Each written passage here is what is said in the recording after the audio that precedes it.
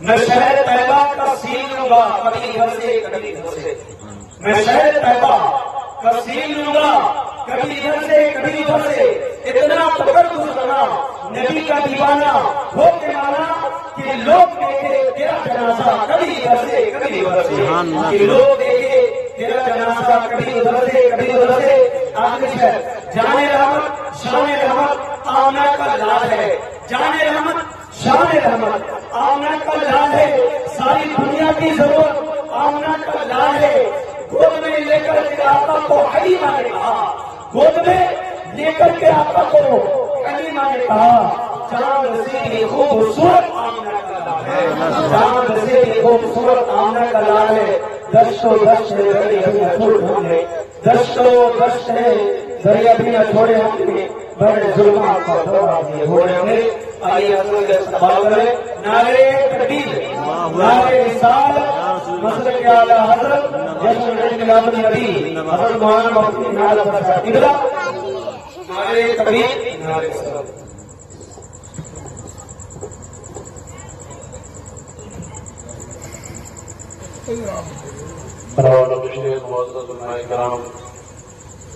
سامعین کرام، پردہ نشین، خواتین اسلام، السلام علیکم ورحمۃ اللہ وبرکاتہ۔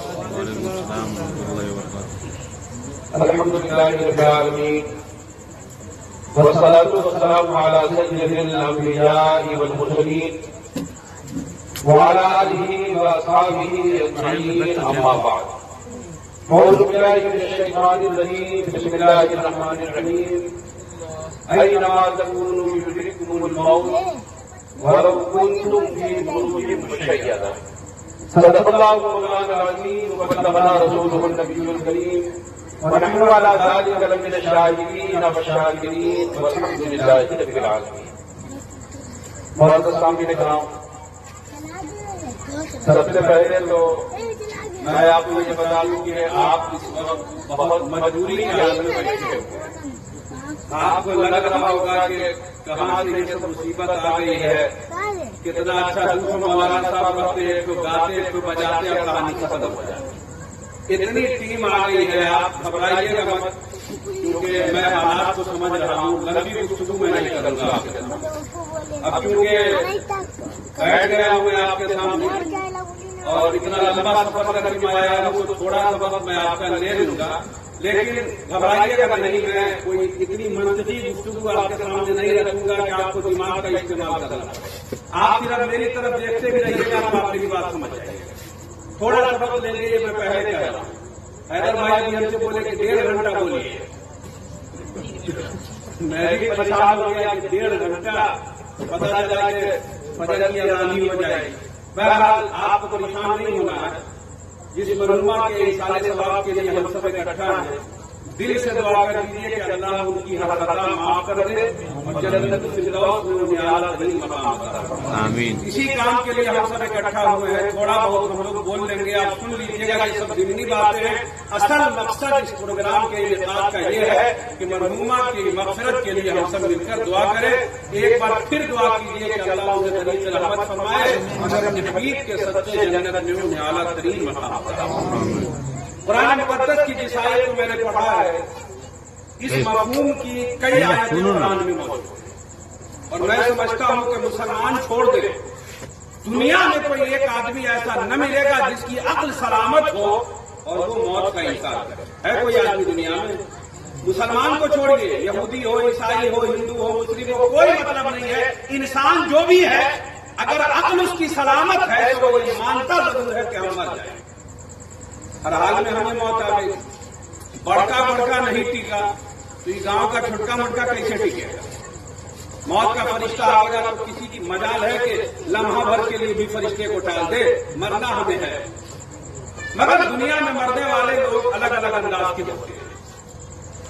اگر ہم ایسا کام کر کے دنیا سے جائیں کہ رب ہمارا راضی ہو تو پھر وہ جو موت ہوگی ہمارے لیے نعمت ہے، اور اگر اللہ کی نافرمانی کر کے برائیاں کر کے ہم جائیں گے تو وہ موت ہمارے لیے زحمت ہے، پریشانی ہے، مصیبت ہے۔ میں بس ایک حصہ آپ کو سناتا ہوں، کیونکہ میں نے پہلے کہہ دیا ہے کہ کوئی ایسی گفتگو میں کروں گا ہی نہیں کہ آپ کو دماغ کا استعمال کرنا پڑے، ایک دم شارٹ کٹ میں ایک بات کہہ کر کے بات کو ہم سمیٹ دیں۔ ہارون رشید کا نام سنا ہے آپ نے، بہت بڑے بادشاہ گزرے ہیں، اور بادشاہ ہی نہیں تھے، بہت بڑے اللہ کے ولی بھی تھے، بہت بڑے عالم دین بھی تھے، اور اپنے زمانے کے علماء نواز تھے۔ یعنی آج 13 صدیاں گزر گئی ہیں مگر لوگ ان کا نام ادب و احترام سے لیتے ہیں۔ ہارون رشید علیہ رحمۃ اللہ، جلیل القدر اللہ کے ولی، جلیل القدر عالم دین، ان کی زندگی کا ایک حصہ۔ ہارون رشید اتنے بڑے بادشاہ تھے کہ بادل کا ٹکڑا دیکھتے تھے نا تو اس کو کہتے تھے تجھے جہاں برسنا ہے جا کے برس جا، وہ خطہ میرا ہی ہوگا۔ کتنی بڑی سلطنت ہوگی یہ اندازہ کر سکتے ہیں؟ بادل کہیں بھی جا کے برسے گا تو انہی کی زمین پر برسے گا، اتنی بڑی سلطنت کی۔ ہارون رشید کا ایک بیٹا تھا جس کی عمر تھی 17 سال، فقط 17 سال عمر تھی، اور یہ جو ہارون رشید تھا خود بادشاہ وقت ہے تو بیٹے کی حالت کیا ہوگی سمجھ سکتے ہیں۔ پیدا ہونے کے بعد زمین پر کبھی پاؤں نہیں رکھا ہوگا اس نے، آگے دنیا پر جس کا باپ حکمرانی کر رہا ہو اس کے بیٹے کی شان کیا ہو سکتی ہے؟ ہارون رشید کا بیٹا عمر ہے 17 سال، ایک مرتبہ باپ کے پاس پہنچا اور باپ سے اس نے کہا کہ بابا، ہم لوگ قرآن میں پڑھتے ہیں کہ ایک دن سب کو مرنا، ساری دنیا ختم ہو جائے گی، موت سب کو آ جائے گی، لاکھ تدبیریں کر لے انسان مگر موت سے اپنے آپ کو بچا نہیں سکتا۔ جب یہی سچائی ہے، ہمیں مرنا ہی ہے اور قبر کی اندھیری کوٹری میں ہمیں جانا ہی ہے، تو ہارون رشید کے بیٹے نے باپ سے کہا بابا، میں دیکھ رہا ہوں کہ تم دنیا میں الجھے ہوئے ہو، اتنی بڑی سلطنت ہے، کون وزیر بنے گا، کون منتری بنے گا، کون سنتری بنے گا، کون کیا کرے گا، تم اس میں الجھے ہوئے ہو، ذرا اپنے آپ میں غور کرو کہ مرو گے تو رب کو کیا جواب؟ اللہ کے سامنے جاؤ گے، اللہ پوچھے گا کہ دنیا سے کیا لائے، تو یہ کرسی اور سلطنت کی باتیں ہم پیش کریں گے۔ ہارون رشید کے بیٹے نے کہا بابا، میرا مشورہ یہ ہے کہ کرسی کو لات مارو اور جنگل میں جا کر کے کہیں چھپ جاؤ اور اللہ اللہ کرتے ہوئے زندگی گزارو، موت جب آئے گی تو موت کی تیاری کیجیے۔ اب ہارون رشید کے بارے میں نے پہلے آپ کو کہہ دیا، بہت بڑے عالم بھی تھے، بہت بڑے اللہ کے ولی بھی تھے، تو دنیا کی کیا حقیقت ہے وہ بھی تو جانتے تھے۔ بیٹے نے کہا تو دل رکھنے کے لیے کہہ دیا کہ ٹھیک ہے بیٹا، میں اس پر غور کروں گا اور دیکھوں گا مجھے کیا کرنا ہے۔ بیٹا چلا گیا، کچھ دن کے بعد بیٹا پھر آیا، بابا میں نے تم سے کہا تھا دنیا چھوڑ دو، اس دنیا میں آج تک کسی کا بھلا نہیں ہوا، بے وجہ دنیا کے پیچھے مت بھاگو۔ اب بیٹے نے پھر باپ کو سمجھانے کی کوشش کیا تو ہارون رشید نے کہا بیٹا، میں سمجھتا ہوں کہ یہ دنیا بڑی بے وفا ہے، آج تک کسی کے ساتھ اس نے وفاداری نہیں نبھائی ہے، یہ دنیا دھوکہ ہے، جو اس کی لہوت کی چمک دمک کے پیچھے پڑے گا تباہ و برباد ہو جائے گا، بیٹا میں سب جانتا ہوں۔ تو بیٹے نے کہا جب آپ جانتے ہیں تو کیوں کرسی کے چکر میں پڑے ہوئے ہیں، لاکھ ماریے کرسی کو اور کہیں کونے میں بیٹھ کر اللہ اللہ کیجیے۔ ہارون رشید نے کہا کہ بیٹا دوسری بار آیا ہے تو کہا ٹھیک ہے بیٹا، میں لوگوں سے بلا کے اس سلسلے میں مشورہ کروں گا، غور کروں گا مجھے کیا کرنا چاہیے۔ علماء کو بلایا انہوں نے، بڑے بڑے جو زمانے کے لوگ تھے ان کو طلب کیا اور ہارون رشید نے کہا کہ میرا بیٹا مجھ سے ایسا ایسا کہتا ہے، آپ وہ کیا کریں گے؟ تو ہارون رشید کو علماء نے کہا کہ حضور، آپ اگر کرسی چھوڑ دیں گے تو اتنا ایماندار اتنا دیندار آدمی پھر ملے گا کہاں؟ جب تک اللہ نے آپ کو حیات دیا ہے آپ اس کرسی کو سنبھال کے رکھیے، یہ بھی تو دین کا کام ہے، حکومت سنبھالنا یہ بھی تو دین کا کام ہے۔ حضرت صدیق اکبر نے خلافت کیوں سنبھالا تھا، حضرت اعظم نے خلافت کیوں سنبھالا، بڑے بڑے لوگ دنیا میں آئے آخر انہوں نے خلافت کو انجام تو دیا، حکومت سنبھالا ہے، آپ بھی سنبھالیے، اچھے سے کام کریں گے تو اللہ اسی میں آپ کو اجر دے گا، کام کیجیے آپ۔ ہارون رشید نے فیصلہ کیا کہ نہیں، ہم کرسی پہ باقی رہیں گے۔ پھر کچھ دن کے بعد بیٹا تیسری مرتبہ، بابا ہم تمہیں سمجھا کے تھکتے جا رہے ہیں مگر تم ہو کہ میری بات مانتے نہیں، کیا رکھا ہے اس کرسی میں؟ اب اگر تم اس کرسی کو نہیں چھوڑو گے تو ہم تمہارا گھر چھوڑ کے بھاگ جائیں گے۔ دھمکی؟ ہارون رشید کو لگا کہ جب سے یہ پیدا ہوا ہے 17 سال کی عمر ہو گئی، پریشانی کس کو کہتے ہیں، بھوک کس کو کہتے ہیں، درد کس کو کہتے ہیں، اس نے کبھی دیکھا ہی نہیں۔ اس کو لگتا ہے کہ بس دنیا اسی ہی ہے، اور ایک روٹی کی خاطر کس طرح آدمی کو ایمان تک کا سودا کرنا پڑتا ہے، یہ ابھی دیکھا کہاں دنیا۔ اسی زمین پر 1 انچ زمین کے لیے بھائی بھائی کا خون کرتا ہے، اس کا مشاہدہ میرے بیٹے نے کیا نہیں ہے۔ اس کو لگتا ہے جس طرح میں آرام کی زندگی جی رہا ہوں ساری دنیا ایسی ہے۔ ہارون رشید نے بیٹے سے کہا بیٹے دنیا میں تم نے دیکھا نہیں ہے، اس لیے تم گھر چھوڑنے کی دھمکی دے رہے ہو۔ بیٹے نے کہا کہ بابا دھمکی نہیں دے رہا ہوں، میں واقعی گھر چھوڑ دوں گا۔ اندر گیا، ایک انگوٹھی انگلی میں تھی، وہ انگوٹھی تھی، اور اس زمانے میں مشین نہیں تھی کہ قرآن چھپ چھپ کے لکھتا ہو، ہاتھ سے لوگ لکھتے تھے۔ تو ہارون رشید کے بیٹے نے کہا کہ بابا یہ قرآن مجھے دے دو اور تم سے کچھ نہیں چاہیے، میں تمہارا گھر چھوڑ کے جا رہا ہوں۔ ہارون رشید نے سوچا کہ ابھی یہ گھر سے نکلے گا، باہر جائے گا، ٹھوکریں کھائے گا، پریشان ہوگا، گھنٹہ 2 گھنٹہ میں نہیں تو 1-8 دن میں لوٹ کے واپس آ ہی جائے گا، کہانی ختم۔ کب جاؤ سوچا کہ چلا جائے گا تو اس کو بھی دنیا سمجھ میں آ جائے۔ بہت غور سے سنیے گا میں کہاں لے جا رہا ہوں۔ اب ہارون رشید کا یہ بیٹا ہے، سینے سے قرآن کو لگایا، ہاتھ میں انگوٹھی ہے، لے کے نکل گیا، کہیں اور نہیں گیا، اسی شہر میں بغداد ہی میں تھا، قبرستان سے گیا، اور پھوس کا ایک مکان جھوپڑا جو ہے اس نے بنا لیا قبرستان کی ایک کوشش۔ اس کے بعد اس نے جا کر کے مزدوری شروع کی، محنت مزدوری۔ بادشاہ کا بیٹا جس نے کبھی اپنے ہاتھ سے پانی کا گلاس نہیں اٹھایا تھا، مزدوری کرنے گیا۔ تو مزدوری کرنے گیا تو 1 دن کی مزدوری کرنے پر اس کو ملا 4 روپیہ۔ ابھی کے حساب سے کہہ رہے 400 روپیہ مزدوری ملے اس کو۔ 4 درہم ملا، اس زمانے میں 400 روپیہ کہہ رہے ہیں سمجھنے کو۔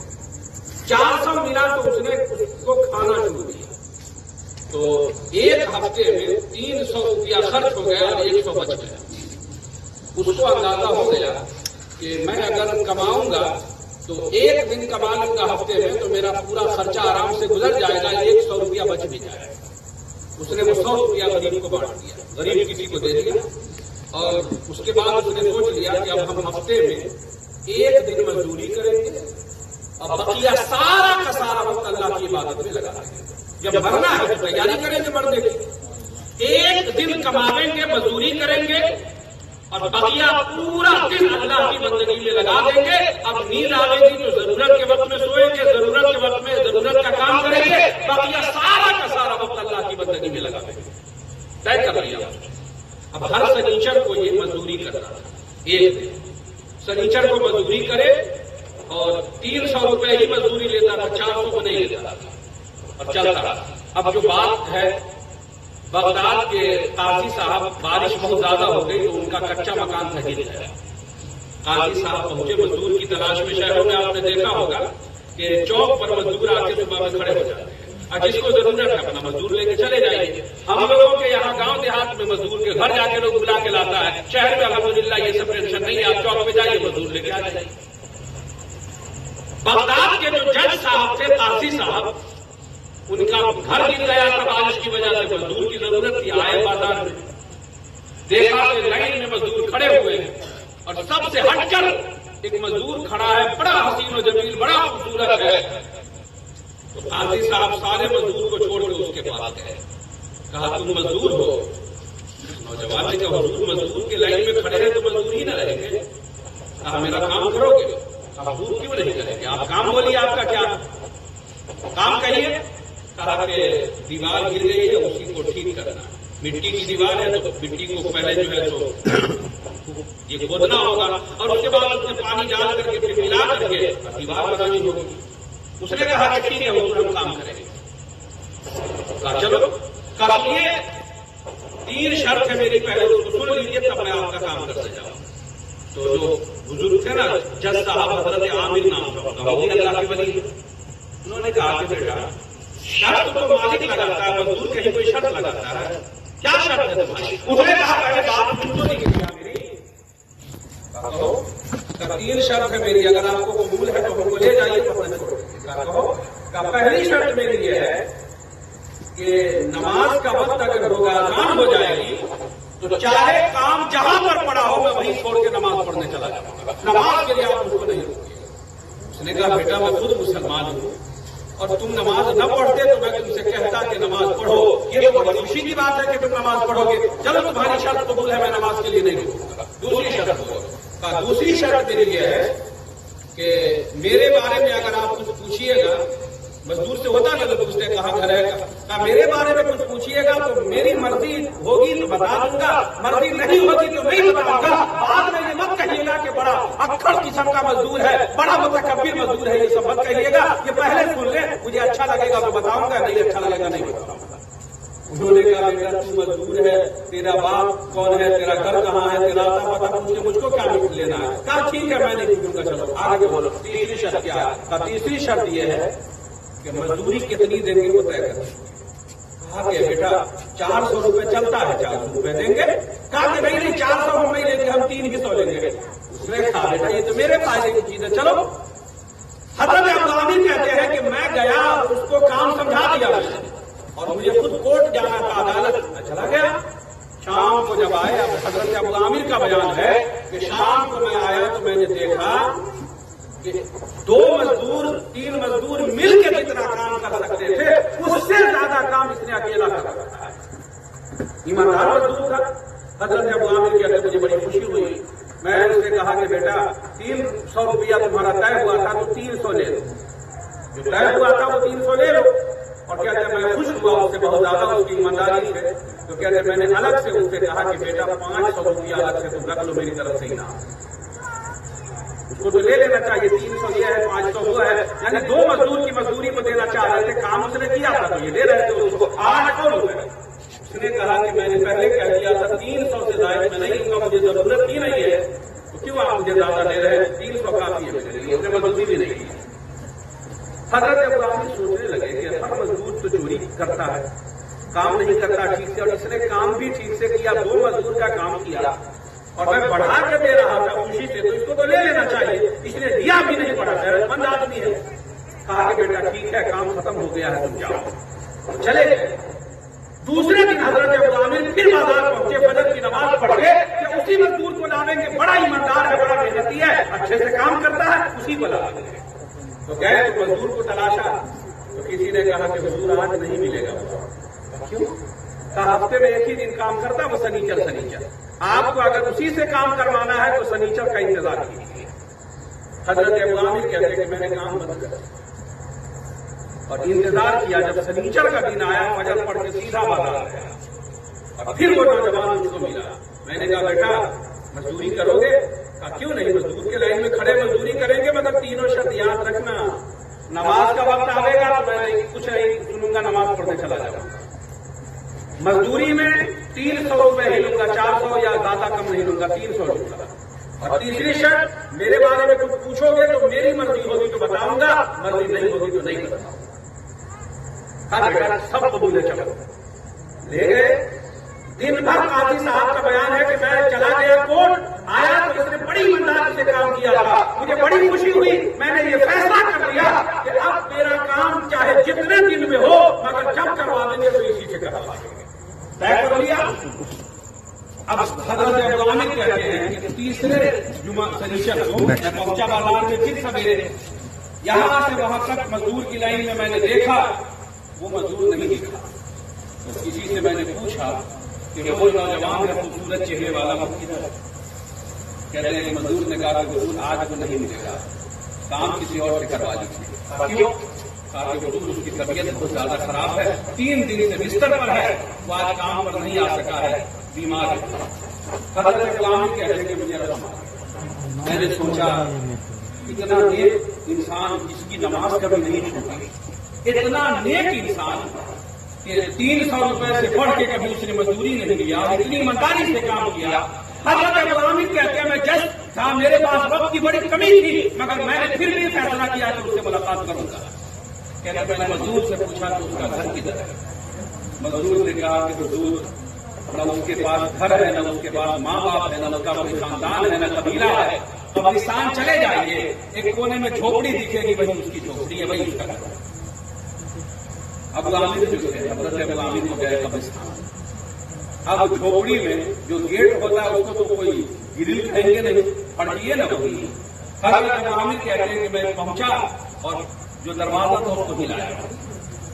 کہتے ہیں کہ اندر سے وہ نوجوان بستر پہ پڑا تھا, بیمار تھا. اس نے کہا قاضی صاحب اندر آ جائیے. یہ کہتے ہیں حضرت ابو عامر کہ میں پریشان ہو گیا کہ میں آنے والا تھا, یہ اس کو کیسے پتا؟ اس کو تو کوئی جانکاری نہیں تھی کہ میں آنے والا ہوں. تو یہ ڈائریکٹ یہ کیوں کہہ رہا ہے کہ قاضی صاحب اندر آ جائیے؟ یہ پریشان تھے. اندر گئے. کہا بیٹا میں تم سے ملنے کے لیے آ رہا ہوں, یہ تمہیں کس نے بتا دیا؟ کیسے پتا چلا تم کو؟ کہا وہ چھوڑیے, میں آپ ہی کا انتظار کر رہا تھا بیٹھیا. مجھے پتا تھا کہ آپ آئیں گے, اللہ نے مجھے بتا دیا. کہ اللہ نے تم کو بتا دیا کہ میں آنے والا ہوں. قاضی صاحب کہتے ہیں میں سمجھ گیا کہ یہ کوئی معمولی نوجوان نہیں ہے, پہنچا ہوا. کہتے ہیں میں بیٹھا. اس نے کہا کہ قاضی صاحب کچھ کام ہے, میں آپ کا انتظار کر رہا تھا, امید ہے کہ آپ نہ نہیں لگیں گے. بولو کیا کام ہے؟ کہا دیکھیے رات کو میں مر جاؤں گا. ڈائریکٹ کہا کہ رات کو میں مر جاؤں گا. یہ مزدوری جو میں نے کیا تھا تو 100 روپیہ تو اس کا خرچ کر دیا میں نے کھانے میں, 200 روپیہ بچا ہوا ہے. پچھلے سنیچر کی مزدوری کا 200 روپیہ بچا ہوا ہے. تو یہ 200 روپیہ آپ رکھیے اور کل صبح آپ آئیے گا تو میں نہیں ملوں گا, میرا جنازہ ملے گا, لاش میری پڑی ہوگی. تو آپ سے گزارش یہ ہے کہ اس 200 روپئے سے کفن خرید. اگر پورا کفن ہو جائے, جو مرد کو 3 کپڑا دیا جاتا ہے, پورا کفن ہو جائے تو پورا خرید لیجیے گا. پورا کفن نہیں ہو تو جتنا کفن ہو اتنا ہی خریدیے گا, مگر میرے کفن میں کسی دوسرے کی مدد شامل مت کیجیے گا. یعنی اگر نہ ہو چھوٹا کفن ہو تو چھوٹا ہی ٹکڑا لے لیجیے گا, مگر میرے کفن میں کسی کا پیسہ نہیں لگنا چاہیے. کہا کہ ٹھیک ہے بیٹا. اور کہا کہ یہ قرآن ہے, جو قرآن لائے تھے گھر سے, کہا یہ قرآن ہے اور میرے ہاتھ میں انگوٹھی ہے, جب مجھے دفنا دیجیے گا تو یہ قرآن اور انگوٹھی لے کر کے ہارون رشید بادشاہ کے پاس پہنچا دیجیے گا, کہیے گا کہ یہ امانت ہے, آپ اس کو رکھیں. اس نے کہا بیٹا وہ سب تو ٹھیک ہے, مگر اتنا تو تم بتا دو کہ تم ہو, تمہارا گھر کہاں ہے, اب تو کم سے کم بتا دو. اس نے کہا کہ نہیں, میں نے اتنا وقت نہیں ہے میرے پاس, مجھے جان کے آپ کیا کریں, وقت نہیں ہے, رات کو میں مر جاؤں گا, ڈھیر سارا گناہ میرے دل میں ہے, میں اپنے رب سے ایک گناہ یاد کر کے معافی مانگوں گا. جائیے. قاضی صاحب چلے گئے. پورا یقین تھا ان کو کہ یہ رات میں مر جائے گا. قاضی صاحب کہتے ہیں کہ صبح کو میں گیا, پڑکی گرایا میں نے اس کا تو وہ مرا ہوا. میں اندر گیا تو دیکھا اس کا جنازہ رکھا ہوا ہے, جیسا اس نے کہا تھا ویسا ہی ہوا, اور سرہانے میں اس کے وہ انگوٹھی اور قرآن پڑا تھا. کہتے ہیں قاضی صاحب کہ میں روتے ہوئے نکلا. اب کھودنے والے کو میں نے بلا کے کہا کہ کتنا پیسہ لو گے, پیسہ لے لو, کب کھود دو. کب کھودنے والے نے کب کھودا. اس کے بعد جب پیسہ بچا 200 میں سے میں لے کے گیا بازار کفن خریدنے. کہتے ہیں کفن خرید کر کے جتنا کفن ہوا میں لے کر کے تو آ گیا. اور آنے کے بعد قاضی صاحب کا بیان ہے کہ میں نے ہی اس کو غسل دیا, کفن پہنا دیا, اور کفن پہنا کے ظہر کی نماز پڑھ کے میں نے اس کا جنازہ پڑھایا. کہ میں نے کسی کو دعوت نہیں دیا جنازے میں آؤ, کسی سے نہیں کہا. لیکن جب جنازہ پڑھانے کے لیے کھڑا ہوا, قاضی صاحب کا بیان ہے اتنی بھیڑ ہو گئی, اتنی بھیڑ ہو گئی کہ زندگی میں نے اتنا بڑا مجمع کبھی نہیں دیکھا تھا. میں نے غور کیا کہ یہ کون لوگ ہیں, تو کہتے ہیں کہ پورے مجمع میں ایک آدمی بھی میری پہچان کا نہ ملا. میں سمجھ گیا کہ یہ انسان نہیں ہے, فرشتوں کی جماعت ہے. کہتے ہیں میں نے اس کو قبر میں اتار دیا اور قرآن اور انگوٹھی لے کے پہنچا بادشاہ کے دربار میں, ہارون رشید کے پاس. ہارون رشید عصر کی نماز پڑھ کے اپنے محل کی طرف جا رہا تھا. میں نے کہا بادشاہ رکیے, آپ کی امانت ہے. کہتے ہیں بادشاہ رکا.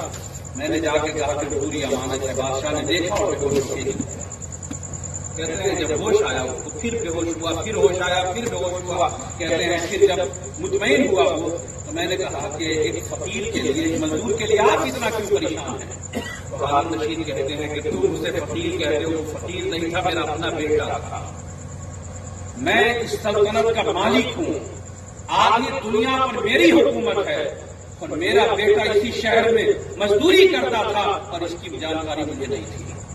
میرا بیٹا گھر چھوڑ کے جب گیا تھا تو میں نے سپاہیوں سے دور دور تک تلاش کروایا,